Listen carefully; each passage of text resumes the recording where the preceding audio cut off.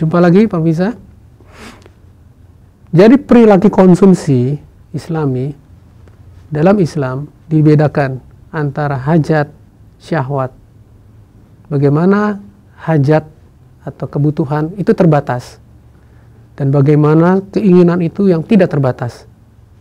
Sehingga dalam pola konsumsi Islam yang ditekankan penting adalah bagaimana kita mencukupi kebutuhan tersebut, bukan memenuhi keinginan atau nafsu itu tadi.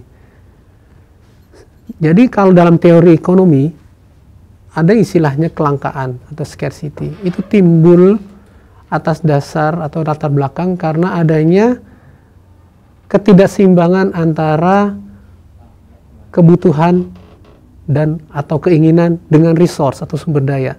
Resource terbatas, keinginan nggak terbatas, makanya terjadi kelangkaan. Nah, kalau di Islam tidak, karena kebutuhan dan keinginan itu dilihat dari sampai seberapa jauh kepuasan dicapai dari kebutuhan, tingkat kebutuhan. Nah,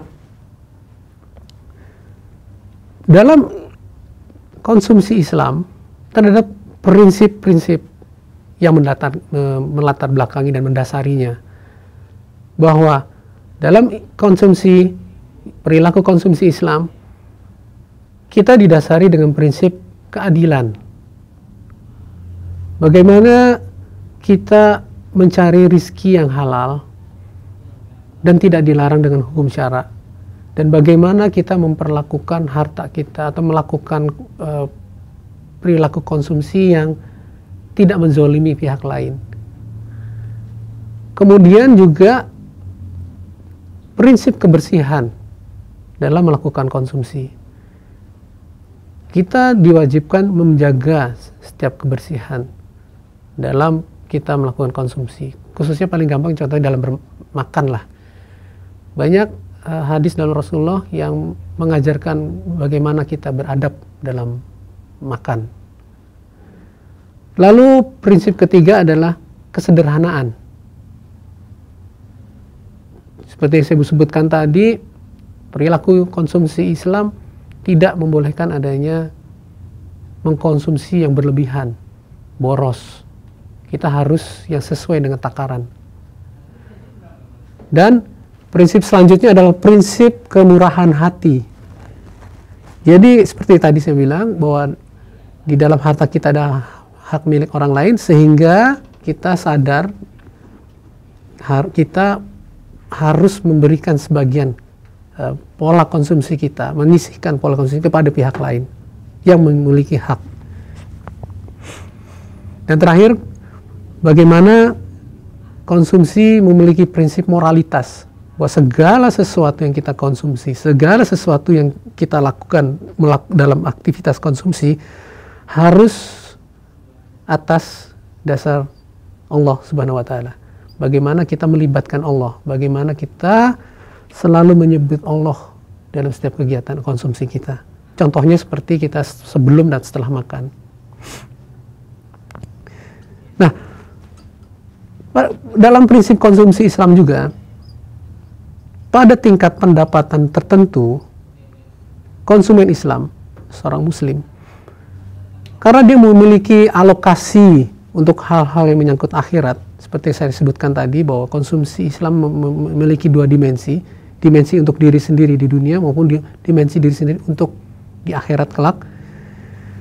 Otomatis dia akan mengkonsumsi barang atau jasa yang lebih sedikit dibanding pola konsumsi non-muslim.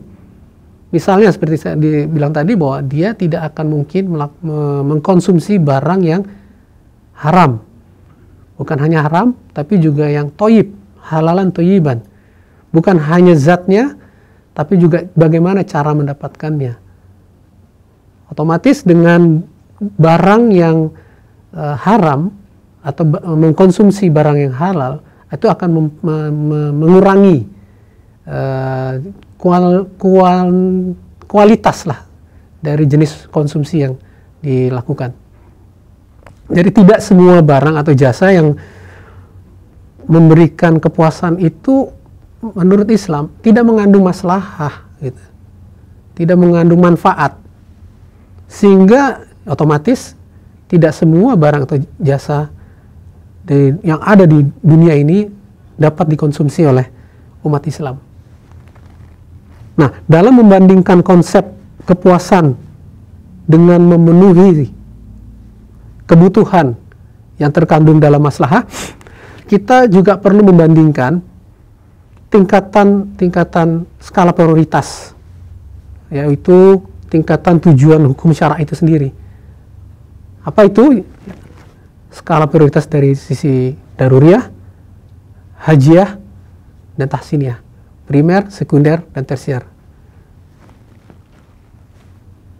Jadi hajat dari sisi konsumen muslim, bukan syahwat, memiliki skala prioritas dalam memenuhinya. Kita harus mendahulukan yang lebih penting dibanding yang lainnya.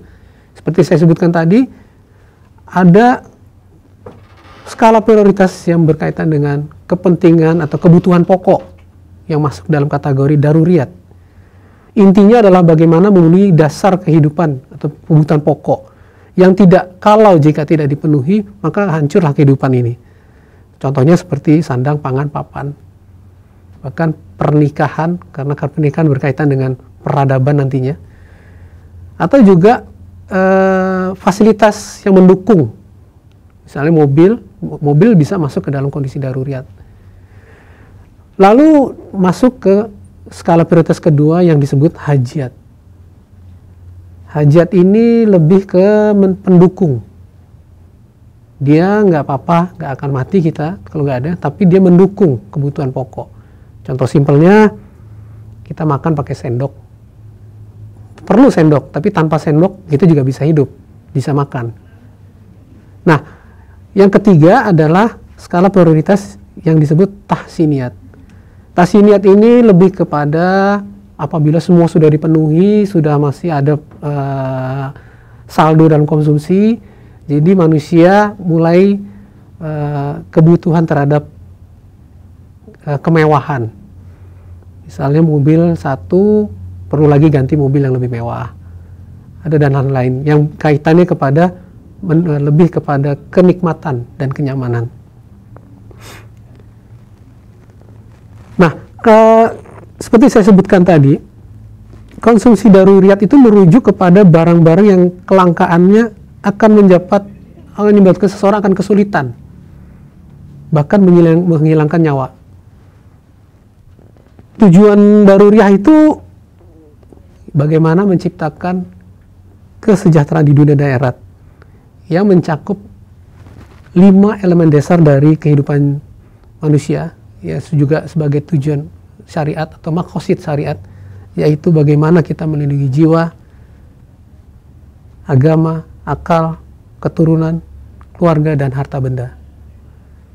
Jika tujuan darurat ini diabaikan, maka tidak akan lagi ada kedamaian, yang ada akan terjadinya kerusakan di dunia maupun nanti akan di akhirat. Kalau tujuan hajat adalah bagaimana kita memudahkan dan menghilangkan kesempitan. Jadi kalau tadi kondisinya sudah tercukupi kebutuhan pokok, hajat mendukungnya, memudahkannya, dan menghilangkan kesulitan-kesulitan dalam mencapainya. Sedangkan kalau tahsiniyat dimaksudkan untuk pemanfaatan yang lebih baik, berkaitan dengan keindahan, berkaitan dengan, ya bisa dibilang kemewahan. Misalnya dengan memboleh pakai baju, tapi sekarang bisa boleh pakai baju yang lebih mewah, lebih indah. Jadi secara tingkatan, daruriyah itu lebih kepada memelihara kehidupan dasar. Hajiyah bagaimana memperkuatnya. Dan tahsiniyah adalah mengembangkannya. Jangan kemana-mana, kita jumpa dengan komersial berikut ini.